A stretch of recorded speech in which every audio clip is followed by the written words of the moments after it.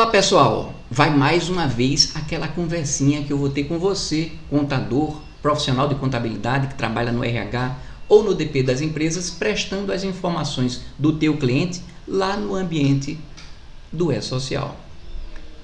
Você já deve ter assistido um monte de coisa minha aqui no canal, né, a respeito do que você precisa estar atento para saber das nuances, das peculiaridades na transmissão do evento de processo trabalhista. Vamos retomar algumas questões que você precisaria estar atento. Lembra que em outro vídeo eu tinha falado a respeito da possibilidade de um determinado empregado entrar-saído, lembrando que esse entrar-saído, ou seja, você informar os dados do desligamento diretamente no evento de admissão do cadastramento inicial do trabalhador, isso daí, só lembrando, isso daí vai ser a exceção, tá? Ele vai acontecer em algumas situações, mas em alguns casos você pode pensar, meu Deus, o contrato de trabalho, ele está em uma daquelas hipóteses que eu já descobri que eu precisaria primeiro informar lá no ambiente do web geral. Mas você pode e precisa ficar atento se esse trabalhador já tinha sido lançado. Por quê? Porque, como eu já falei, se existia uma remuneração pós-contrato para aquele empregado, você já tinha feito essa informação do entrar-saído. Então, você já tem aquele trabalhador aparecendo no RET, Registro de Eventos Trabalhistas, de forma que você, a depender da situação, já poderia ir diretamente para o S2500, sem ter nenhum tipo de problema.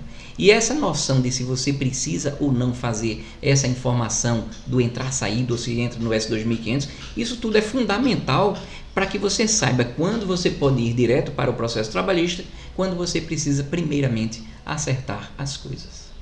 Agora eu vou falar de uma outra coisa que é diferente de um outro vídeo. Naquele outro vídeo que eu tinha falado para vocês, um anterior, eu tinha dito, olha, e se você estiver querendo excluir um determinado evento? Eu falei para você do reflexo que aquilo termina tendo no S2501, mas só que agora você não errou de tal forma de você ter lançado algo que não existia para aquele trabalhador.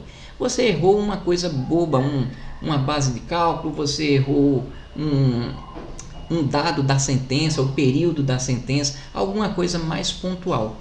Como é que você vai proceder para fazer a edição, para você fazer o ajuste desses valores do S2500? Onde é que você clica? Claro que eu tenho como mostrar para vocês lá direto no ambiente do web geral, nesse meu curso que eu vou divulgar daqui a pouco, que tem a ver com o ambiente do processo trabalhista, o módulo do processo trabalhista, em que você visualiza, mas a lógica é para você fazer essa analogia para o teu sistema de folha. A preocupação, ela vai ser análoga, as especificidades são muito parecidas. Então você precisaria saber onde é que você clica para editar e qual é a repercussão, a depender do tipo de coisa que você está lançando, para efeito de precisar de, primeiramente, em alguns casos, retificar o S2501. Tá bom? Uma outra coisa importante, eu vou fazer uma divulgação incidental aqui. Em outro vídeo também eu tinha falado para vocês o seguinte, olha, às vezes você já deve ter notado que eu falo nos diversos exercícios lá do curso que eu criei, diversos itens, de olha, nesse processo aconteceu isso, de forma que estaria tudo consolidado para você entender as particularidades e os cuidados para você fazer o lançamento. Mas você precisa fazer uma reflexão prévia em relação a isso. Nem sempre tudo vai chegar tão redondo para você. É necessário que essa interação sua com a parte jurídica, com os advogados que vão te instrumentalizar com os documentos, que ele saiba exatamente o que é que você precisa prestar de informações. Porque em alguns casos, quem sabe o que efetivamente aconteceu lá é o advogado. E essa interação é muito importante, sob pena de, se essa divulgação, se essa troca entre vocês, os profissionais que atuam em favor de um único cliente, que isso poderia estar muito melhor azeitado, que estaria muito melhor solidificado e construído para evitar algum tipo de prejuízo para o teu cliente, algum retrabalho para você, algum tipo de encargo majorado, que também seria um cliente se você não souber fazer os lançamentos corretos, se existir também alguma possibilidade de autuação pela omissão ou pelo erro da prestação das informações, e também você teria uma perda da clareza, porque às vezes você pode ter feito o lançamento de algumas coisas, mas se você não se utilizar de algum tipo de metodologia própria para deixar consolidado, inclusive online, algumas coisas que você fez, talvez você está sabendo de tudo que você está fazendo agora, mas quando chega uma fiscalização 2 anos depois, aquilo já não está mais em canto nenhum. Você ficar sem saber, vem cá, por que eu botei isso aqui? Por que eu botei isso de outro jeito? E por aí vai. Então é muito importante que você tenha uma metodologia. Mas voltando àquela divulgação incidental que eu falei para vocês, além de eu ter criado um curso para você, profissional de contabilidade, para você, contador, eu também criei um curso de FGTS para advogados.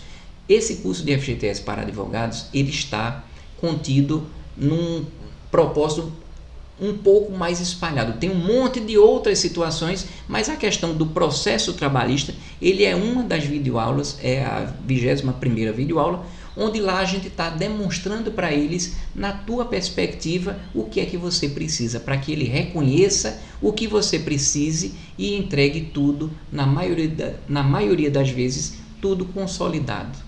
Na ocasião, para efeito desse curso de FGTS para advogados, eu criei um formulário que, se aquele advogado seguir aquele formulário, preencher aquelas 4 páginas de formulário, a cada processo trabalhista ele entregar para você aquele dossiê, que eu já estou dizendo a ele o que é que você vai precisar, junto com os cálculos do PJE, quase tudo você já vai ter para você fazer o lançamento das bases de cálculo, dos tipos de contrato e por aí vai.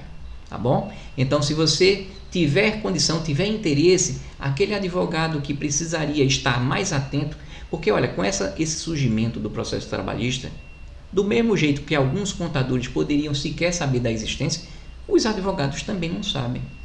O advogado não sabe nem o que é cronograma do E-Social, porque ninguém chegou para despertar nele a necessidade de ele entender a respeito de questões do cronograma do E-Social do cliente dele. Porque só ao entender aquilo é que ele vai saber se ele vai precisar dar para você, contador, algumas informações complementares, algumas informações adicionais.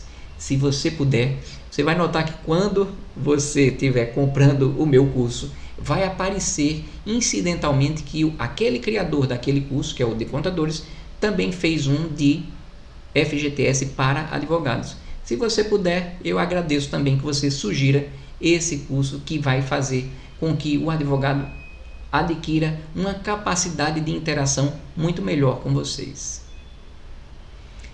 Nesse curso que eu já falei para vocês, ainda tem uma questão que trata do S2501, mas não confunda, isso é um bônus. O curso ele é do S2500, tá? Mas é importante que você saiba de algumas questões básicas do S2501, onde vai lançar, porque normalmente vai ter no teu sistema de folha, mas onde é que ele está localizado lá naquele módulo do processo trabalhista.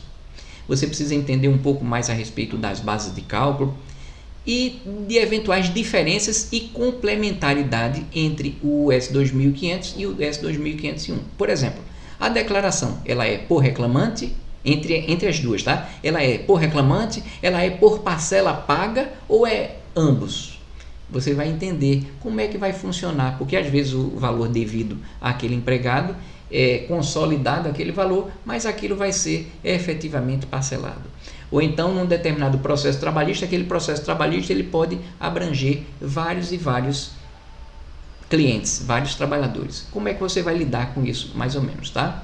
E para você lidar com essas questões do S2501, é necessário você revisitar aqueles conceitos de regime de caixa e regime de competência, para que você entenda melhor o que é que efetivamente vai compor as bases de cálculo, mas agora são as informadas no S2501. Fala-se de uma forma muito geral dessas diversas outras contribuições, o que é que vai compor as bases de cálculo em cada uma daquelas outras contribuições que estão no S2501. Além disso, alguns tratamentos específicos, mas sempre de uma forma muito abrangente. Lembre que é um vídeo bônus, tá? Não é um curso de ES 2501. Falando dos optantes pelo Simples, do produtor rural, clubes de futebol profissional, entidades isentas e por aí vai. Trata-se também da desoneração da folha, seja ela total ou parcial, em relação às questões que envolvem a incidência tributária. Pois é, pessoal, você nota que tem um rol de coisas que você precisaria estar atento para poder você estar apto a saber dessas nuances do processo trabalhista, para você ser um profissional cada vez mais capacitado, cada vez mais habilitado, onde outros estiverem engasgados ou dando prejuízo para o cliente, você vai ter a certeza no seu coração que você vai estar muito melhor capacitado. Se você tiver interesse no curso que eu estou disponibilizando, essa divulgação, acesse o link que está não só na tela, como também na parte de baixo da descrição do vídeo, de forma que eu espero que você absorva e essas 11 horas de conteúdo disponibilizadas dê um trabalho gigantesco para inserir todas e criar todas aquelas tabelas, as imagens e tudo que você merece. Tudo no propósito de você conseguir alcançar um ponto que talvez o teu concorrente não despertou ainda. Foi muito bom estar com vocês. Enquanto isso, eu sigo contando nuvens.